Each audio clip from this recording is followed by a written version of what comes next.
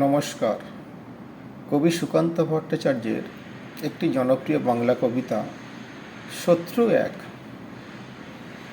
এদেশ বিপন্ন আজ, জানি আজ নিরন্ন জীবন মৃত্যুরা প্রত্যহ সঙ্গী।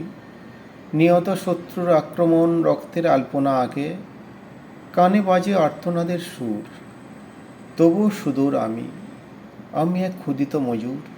আমার সম্মুখে আজ এক শত্রু, এক লাল পথ। শত্রুর আঘাত আর বুভুক্ষায় উদ্দীপ্ত শপথ। কঠিন প্রতিজ্ঞা শব্দ আমাদের দৃপ্ত কারখানায়। প্রত্যেক নির্বাক যন্ত্র প্রতিরোধ সংকল্প জানায়। আমার হাতের স্পর্শে প্রতিদিন যন্ত্রের গর্জন স্মরণ করায় পণ। অবসাদ দেই বিসর্জন।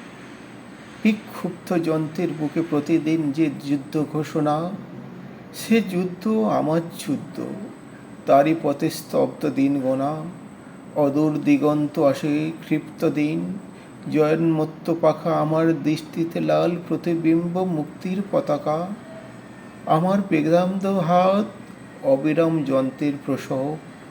প্রচুর প্রচুর সৃষ্টি, শেষ বর্জ্য সৃষ্টির উৎসব। নমস্কার।